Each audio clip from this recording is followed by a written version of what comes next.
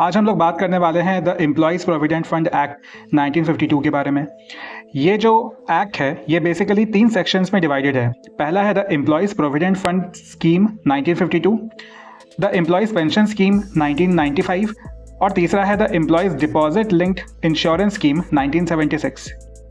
ये तीनों ही जो स्कीम्स हैं ये बेसिकली सोशल सिक्योरिटी बेनिफिट्स के लिए के अंदर आते हैं।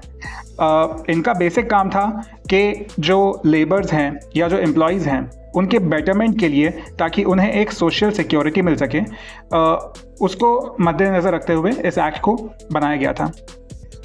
According to section 1 it is written to every establishment which is a factory engaged, जहाँ पे भी फैक्ट्री है और जहाँ पे 20 से ज़्यादा लोग काम कर रहे हैं।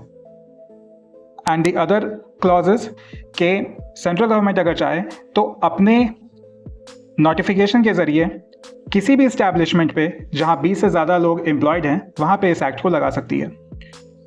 सेंट्रल गवर्नमेंट उस इस्टेब्लिशमेंट पे भी इस एक्ट को अप्लाई कर सकती है जहाँ पे 20 से कम लोग हैं, बट उन्हें एटलीस्ट 2 मंथ का प्रायर नोटिस सर्व करना पड़ेगा।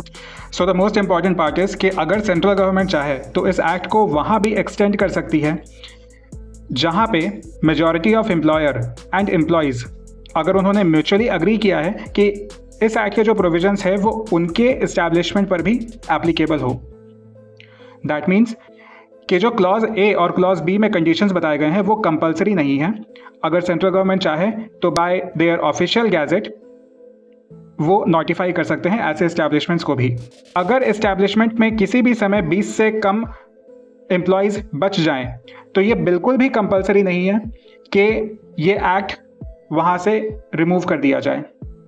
दैट इज़ कि डजेंट मैटर जो एम्प्लॉयज़ है वो 20 हों, 20 से ज़्यादा हों या 20 से कम हो, एक बार ये एक्ट किसी भी इस्टेब्लिशमेंट पे एप्लीकेबल हो गया तो फिर वो कभी भी हट नहीं सकता, उसे विड्रॉ नहीं किया जा सकता। अगर वीडियो अच्छा लगा हो तो प्लीज़ लाइक करें और चैनल को सब्सक्राइब करें। Thank you so much.